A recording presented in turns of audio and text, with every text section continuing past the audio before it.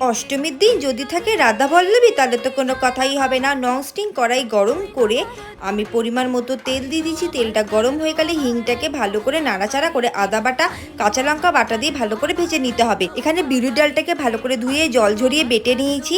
তারপর দিয়ে দিচ্ছি পরিমাণ মতো নুন, চিনি, মৌরি গুঁড়ো, গরম মশলা গুঁড়ো দিয়ে ভালো করে মিশিয়ে নিতে হবে। যখন পুরটা হয়ে আসবে নামিয়ে নিতে হবে। ময়দা মাখার জন্য পরিমাণ মতো নুন, চিনি গুঁড়ো, আদা বাটা, কাঁচা লঙ্কা বাটা, বিউলির ডাল বাটা, মৌরি গুঁড়ো, তেল দিয়ে ভালো করে ময়ান দিয়ে জল দিয়ে ভালো করে মেখে নিতে হবে। লেচিটাকে কেটে নিয়ে পুরটাকে ভরে নিচ্ছি। দেখো সমস্ত আমার লেচির মধ্যে পুর ভরা হয়ে গেছে। তারপর আমি রাধাবল্লভীগুলোকে সবকটা রাধাবল্লভী আমি বেলে নিয়েছি। কড়াইয়ের মধ্যে তেল গরম করে নিয়েছি। তেলটা গরম হয়ে গেলে একটা একটা রাধাবল্লভী আমি দিয়ে ভালো করে ভেজে নেবো। দেখো সমস্ত রাধাবল্লভীগুলো ফুলে উঠেছে। এইভাবে তোমরাও অবশ্যই গরম গরম পরিবেশন করো। আর রেসিপিটা কেমন হয়েছে জানাতে কিন্তু তোমরা একদম ভুলো না।